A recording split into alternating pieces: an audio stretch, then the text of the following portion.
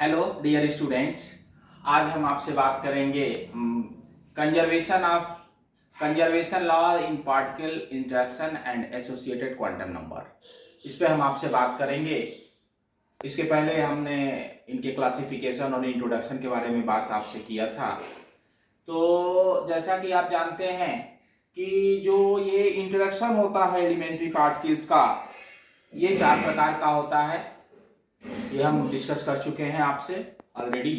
तो यहाँ देखिए कि जो ये इंटरेक्शंस होता है इसमें कंजर्वेशन लॉ होल्ड करता है। कंजर्वेशन लॉ क्या है कि certain properties of the representative physical quantity which must remains unchanged.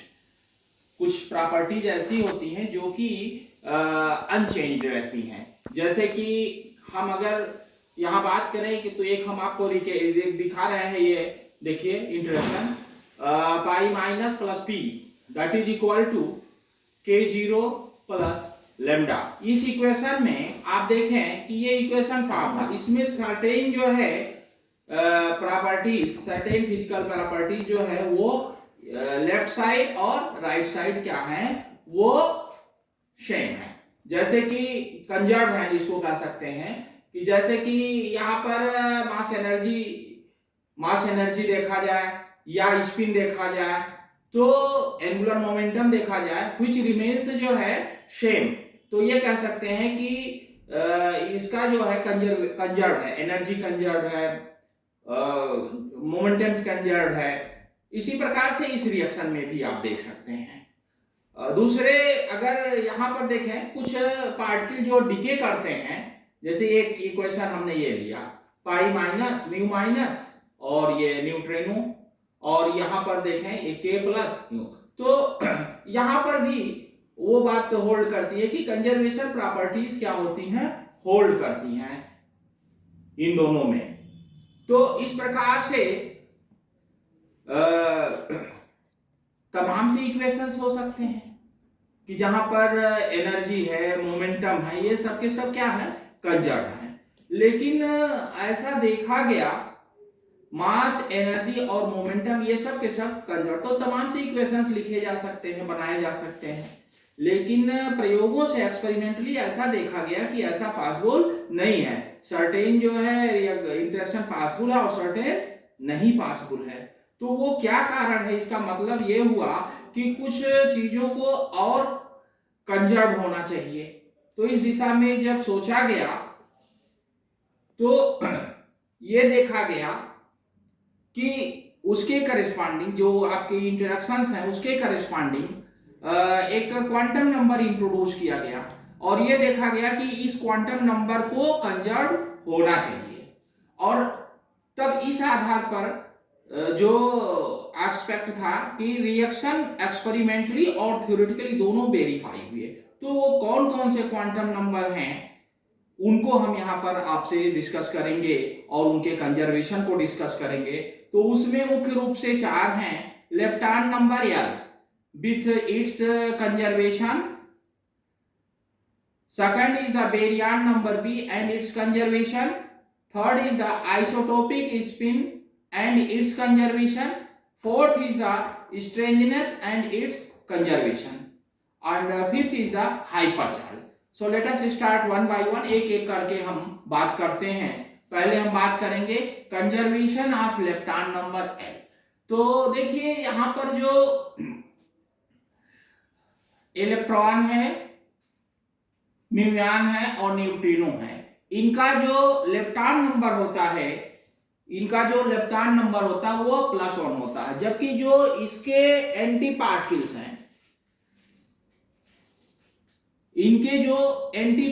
हैं, उनके क्वांटम नंबर्स को असाइन किया गया, वो -1 होते हैं। मतलब हर एक जो है लेप्टॉन नंबर एक यहां पर असाइन किया गया है। ये ऐसा नहीं है, ताकि वो रिएक्शन जो है फॉलो हो एक्सपेरिमेंटली और थ्योरेटिकली। तो दोनों साइड जो है लेप्टॉन नंबर क्या होना चाहिए, कंजर्व होना, सेम होना चाहिए। तो delta L equal to constant, इसीलिए हमने लिखा। अब इसको हम एग्जाम्पल के रूप में देख सकते हैं जैसे कि ये रिएक्शन है म्यू प्लस, ये हो रहा है E plus positron plus neutrino और एंड एंटी न्यूट्रिनो। अब देखें यहाँ पर ये अलाउड, क्यों अलाउड है? क्योंकि देखिए लेफ्ट हैंड साइड ये म्यू प्लस है, म्यू प्लस का जो है ये एंटी पार्टिकल है, तो यहाँ पर इसका -1 दिया गया तो लेफ्ट साइड हो गया -1। राइट हैंड साइड देखिए ई प्लस है तो ई प्लस का होगा -1 एंड न्यूट्रिनो का होगा जो है +1, ये दिया हुआ है। उसके बाद ये प्लस एंटी न्यूट्रिनो ये -1, तो आप देखिए इधर भी right hand side is equal to -1। तो हम देख रहे हैं कि left hand side is equal to right hand side, तो यहां पर हम ये कह सकते हैं कि ये कंजर्व्ड है डेल्टा ए, तो ये रिएक्शन जो है अलाउ किया गया। दूसरा एक एग्जांपल देखते हैं, जैसे म्यू प्लस है ये डिसइंटीग्रेट हो रहा है ई प्लस एंड न्यूट्रिनो में, ये अलाउ नहीं है क्योंकि यहां पर देखिए left hand side mu plus है तो म्यू प्लस क्या होगा +1 होगा, म्यू +1 जो है म्यू +1 आपका यहां पर -1 होगा लेफ्ट हैंड साइड, जबकि राइट हैंड साइड ये भी -1 हो गया और ये +1 हो गया, तो राइट हैंड साइड जो है वो 0 हो गया। इसका मतलब ये जो है कंजर्वेशन लॉ फॉलो नहीं कर रहा है, इसलिए इस रिएक्शन को नॉट अलाउड हमने बताया गया है। तो ये इस प्रकार का जो कंजर्वेशन ऑफ इलेक्ट्रॉन नंबर है that is valid for all interactions. अब सेकंड हम बात करते हैं conservation of baryon number, baryon, तो जो भी each nucleon and hyperons with a baryon number B, उनके करस्पॉन्डिंग एक नंबर असाइन किया गया that is called baryon number. तो न्यूक्लियन और हाइपरॉन के लिए जो असाइन किया गया वो +1, जबकि इसके एंटी पार्टिकल मतलब एंटी न्यूक्लियन एंड हाइपरॉन उसके लिए -1 किया गया। मेशान के लिए, मेशान में 2 आते हैं जैसा कि आप जानते हैं क्लासिफिकेशन में बताया गया है, पाइयांस और केयांस, उसको असाइन किया गया कि वो 0 होगा। तो इस केस में भी यही बात होगा कि किसी भी सिस्टम के लिए फॉर ए क्लोज सिस्टम, इसका मतलब ये left hand side and right hand side, ये समेशन अभी क्या होगा, ये कंजर्व्ड होगा दैट इज 0, और ये भी वैलिड है for all types of interactions के लिए कंजर्वेशन क्या होगा, कंजर्वेशन ऑफ बेरियन होल्ड करेगा। तीसरा हम बात करते हैं जो third one is the conservation of isotopic spin और आइसोस्पिन टी। तो यहां पर हम ये बताना चाहेंगे आपसे कि in the list of elementary particles we find many particle with nearly same mass, nearly same spin, after they are grouped in a family. और इसके एक एग्जाम्पल हम ले सकते हैं, इसमें हम एक एग्जाम्पल ले सकते हैं एक फैमिली का, दिस इज द पाइयान। यहां पर हमने एक एग्जाम्पल लिया पाइयान का, देखिए यहां पर पाइयान, पाई 0, पाई प्लस और पाई माइनस, ये 3 फैमिलीज है। इस फैमिली के अंतर्गत ये 3, इनको क्या कहते हैं, इनको कहते हैं इस फैमिलीज को मल्टीप्लेट, 1 2 3 ये मल्टीप्लेट है। तो ये कहा गया कि ये कन्वीनियंट होता है कि हर एक स्टेट्स के लिए मल्टीप्लेट मतलब 1 फर्स्ट सेकंड थर्ड ये हुआ के करस्पॉन्डिंग जो है यहां पर डिफरेंट जो है इनको डिस्टिंग्विश करने के लिए हर एक स्टेट्स में इनके करस्पॉन्डिंग चार्ज के आधार पर इनको हम डिस्टिंग्विश करेंगे, दे आर डिस्टिंग्विश, और चार्ज के करस्पॉन्डिंग हर एक स्टेट के डिस्टिंग्विशन के लिए एक करस्पॉन्डिंग क्वांटम नंबर दिया गया, उसको हम बोलते हैं टी मींस यहां पर आइसो स्पिन क्वांटम नंबर। ये आइसो स्पिन क्वांटम नंबर ये हर एक स्टेट्स के लिए क्या होता है, अलग अलग होता है। और आगे हम देखते हैं इसमें, देखो ये जो आइसो स्पिन है, iso spin quantum number T is completely analogous to the ordinary spin, ठीक है ना। तो ऑर्डिनरी स्पिन क्वांटम नंबर जो होता है, जैसा कि आप जान रहे हैं, ऑर्डिनरी स्पिन क्वांटम नंबर ये determine the orientation of the spin vector in a real space, ठीक है ना। तो अब इसका जो ओरिएंटेशन होगा किसी पर्टिकुलर डायरेक्शन में, वो होता है, उसकी वैल्यू आती है 2s प्लस 1 किसी एक पर्टिकुलर डायरेक्शन में। इसी प्रकार से इस क्योंकि सिमिलर है आइसो स्पिन क्वांटम नंबर, इसमें भी जो है इस टी को सिमिलरिटी के आधार पर ये भी जो है ओरिएंट होगा किसी पर्टिकुलर डायरेक्शन में। तो इसका मान क्या लिखा गया 2t प्लस 1। अब हम इसको जो है T3 से डिनोट कर रहे हैं। T3 ये बता रहा है मल्टीप्लेट। जैसे कि अभी हम एग्जांपल देखेंगे तो ये बहुत ही क्लियर हो जाएगा। जैसे हमने पाइयान का एग्जांपल लिया, अब देखिए पाइयांश के करस्पॉन्डिंग इसमें 3 स्टेट्स है, जानते हैं आप क्लासिफिकेशन में, pi plus, pi zero and pi minus. तो यहां पर t बराबर क्या आया 1 आया। अब ये t बराबर 1 कैसे आया, क्योंकि अब देखिए यहां से अगर 2t plus 1 equal to 3, multiplet इसके 3 है यहाँ, तो t बराबर क्या मिला आपको, t बराबर 1 मिल गया। अब मल्टीप्लेट को कैसे डिस्टिंग्विश कर रहे हैं बाय चार्ज, जैसे T3 दैट इज 1 0 -1, ये देखिए 1 0 -1, ये जो चार्ज है ये इसकी चार्ज के हिसाब से, और 1 के करस्पॉन्डिंग पाई प्लस आ गया, 1 करस्पॉन्डिंग पाई प्लस आ गया चार्ज, ये पाई 0 आ गया और ये पाई -1, और इसकी मल्टीप्लिसिटी कितनी है 3 है। तो इस प्रकार से हम डिस्टिंग्विश कर ले रहे हैं कि कौन सा किस मल्टीपल में है, स्टेट्स में है। तो मैथमेटिकली अगर हम इसको फार्मूले के रूप में निकाला जाए तो मैथमेटिकल एक फार्मूला दिया गया है इसकी वैल्यू जानने के लिए, ऐसे भी जान सकते हैं T3 बराबर Q minus B by 2 minus S by 2। यहाँ पर Q जो है चार्ज है, B बेरियन नंबर है, और यस जो है यस स्ट्रेंज नंबर है। अभी हम आगे इसके बारे में डिस्कस करेंगे। लेकिन ये जो बताया गया ये इन जनरल ठीक है, लेकिन इन जनरल जो है ये फार्मूला वैलिड नहीं है, कुछ इसमें जो है ड्रॉबैक्स भी हैं। तो उस ड्रॉबैक्स को तो इसीलिए कहा गया but this is not valid in general. तो इसको दूर करने को हम एक एग्जांपल के रूप में समझाते हैं। जैसे के आन है, अगर के आन के केस में देखा जाए तो इसमें भी 3 स्टेट्स हैं, k प्लस के 0 के माइनस 1। अब इसके भी करस्पॉन्डिंग t बराबर 1 होगा, मल्टीप्लिसिटी 3 है, लेकिन दैट इज नॉट ट्रू, ये ट्रू नहीं होगा। क्यों? क्योंकि आप जानते हो कि 2 काइंड से, ये जब क्लासिफिकेशन बताया था तो हमने बताया था k0 जो है, के अंश जो है 0, ये 2 होता है, एक k0 होता है, एक इसका एंटी पार्टिकल होता है। तो कुल कितने हो गए यहाँ पर 4 हो गए, k plus k0 and k minus and k0 बार। तो k plus and k0 and k0 bar and k0 charge एक कैसे हैं, एक दूसरे के क्या हैं, ये चार्ज कॉन्जुगेट हैं, ये एक दूसरे के क्या हैं, चार्ज कॉन्जुगेट हैं। तो जब ये चार्ज के कॉन्जुगेट हैं तो इनके corresponding there are 2 iso spin doublet. जैसे एक जो फर्स्ट हुआ वो k प्लस एंड k0, इसके करस्पॉन्डिंग t बराबर क्या आएगा, हाफ आएगा।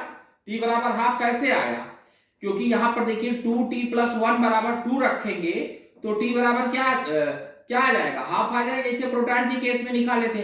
और T3 क्या हो गया, हाफ हुआ एंड माइनस हाफ हुआ। T3 की वैल्यू क्या आई, प्लस हाफ और माइनस हाफ आ गई। तो यहां पर देखिए, यहां पर हमने इसी तरह से प्रोटॉन का भी निकाला था, वही चीज से हम आया। यहाँ k minus and k0 with t बराबर 1/2, T3 का मान क्या होगा, ये इसका एंटी हो गया, तो एंटी हो गया, तो यहाँ पर ये इंटरचेंज हो गया, माइनस हाफ और ये हाफ हो गया। तो ये देखा गया कि ये जो आपका कंजर्वेशन है ये होल्ड करता है for the strong interactions. Strong interaction के केस में ये होल्ड करता है। The electromagnetic and weak interaction do not conserve isotopic spin. Next जो चौथा है जिसके बारे में हम बात करेंगे, कंजर्वेशन ऑफ स्ट्रेंज नंबर। ये स्ट्रेंजनेस, यस, ये स्ट्रेंजनेस क्यों आया इसके बारे में बात किया जाए तो ये देखा गया कि प्रयोगों से कि मेनी पार्टिकल जैसे कि के मेसान है एंड हाइपरांस है, ये पेयर्स में प्रोड्यूस होते हैं। पेयर्स का मतलब जो है they are accompanied by the its anti particle, उनके साथ उनका एंटी पार्टिकल्स होता है। जो पेयर में आवे या यह कहे जिसका एंटी पार्टिकल्स प्रोड्यूस हो तो उनको स्ट्रेंज पार्टिकल्स कहा गया, क्योंकि जो ये इनका जो डीके है वो वेरी कॉम्प्लेक्स है। तो इस दिशा में एक फार्मूला गेलमैन एंड निजिमा ने 1955 में इंट्रोड्यूस किया दैट इज कॉल्ड S बराबर 2Q minus T3 minus B twice times. ये देखें ये फार्मूला, इसी को निस्जिमा फार्मूला भी बोलते हैं। तो यहाँ पर Q चार्ज है, T3 जैसा कि अभी आपने देखा कंपोनेंट है आइसोटोपिक स्पिन का, जेड डायरेक्शन में, किसी एक ही डायरेक्शन में कंपोनेंट देखा गया था, माइनस B बेरियान नंबर है। और यस जो है, जो इनके एंटी पार्टिकल है उनका यस जो है इक्वल एंड अपोजिट हो जाएगा, ठीक है ना। अगर प्लस हाफ है तो माइनस हाफ हो जाएगा, 1 है तो माइनस 1 हो जाएगा। तो अब इस बात को हम एग्जाम्पल लेकर के कुछ समझ सकते हैं क्या कहा गया कैसे। तो जैसे एग्जाम्पल हमने पाइयान का लिया, क्योंकि पाइयान जो है मेसान है, यहां पर बेरियान नंबर 0 है and T equal to 1, T1 हुआ। देखिए अभी हमने इसके पहले वाले एग्जाम्पल में बताया था आपको पाइयान, ये 1 हो गया। T3 की 3 वैल्यूज आई, 3 स्टेट्स हो गया, मल्टीप्लेट है 1 0 माइनस 1।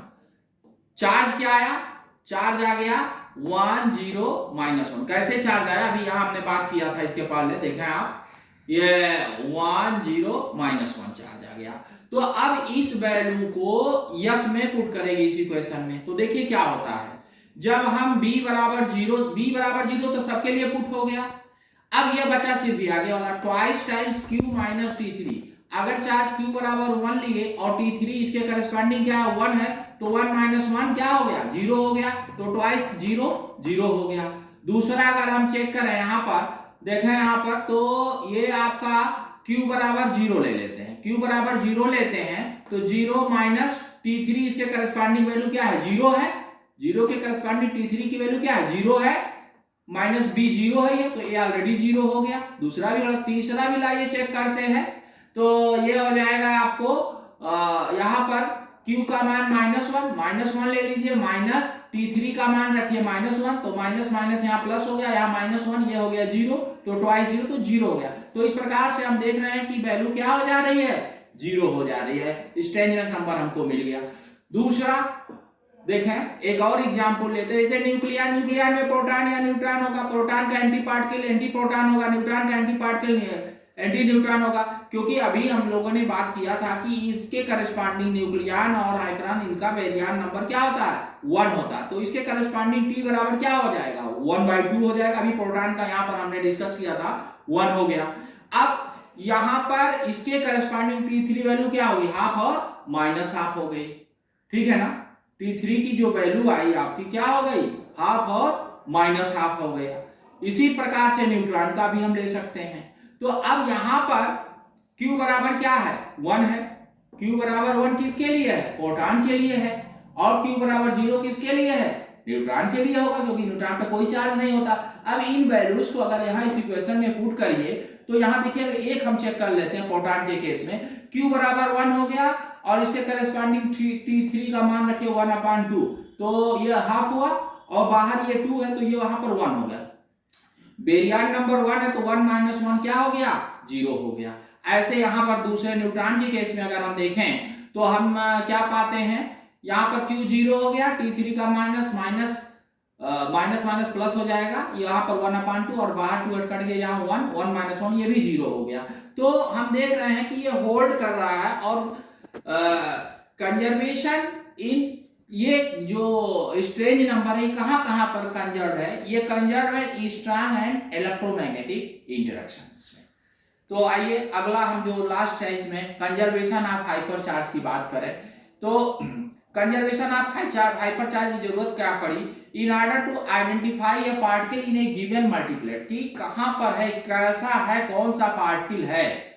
तो यहां पर we have to specify T3 and one more quantum number, चाहे यस को ले ले या बी ले ले, T3 और यस या बी के सहायता से आइसोस्पिन और जो है स्ट्रेंज नंबर या बेरियान नंबर से पता कर सकते हैं। लेकिन बहुत ही सुविधाजनक तरीके से it is convenient to use y। अगर हम y का ये फार्मूला जान लें, y बराबर यस प्लस बी, तो हम उसके स्टेट्स को बता सकते हैं, मल्टीप्लेट कि आपके पार्टिकल को क्या कर सकते हैं, आइडेंटिफाई कर सकते हैं। तो जो ये कंजर्वेशन ऑफ हाइपर चार्ज है, कंजर्वेशन ऑफ हाइपर चार्ज जो है वो कंजर्व है स्ट्रॉन्ग एंड इलेक्ट्रोमैग्नेटिक इंटरेक्शन। तो इस प्रकार से हम जो है आपको ये इस कंजर्वेशन लॉज जो और उसके corresponding quantum number elementary physics में बता दिए आपको। देखिए आप लाइक करिएगा, कैसा लगा आपको मेरा वीडियो, लाइक करके बताइएगा। That's all, thank you.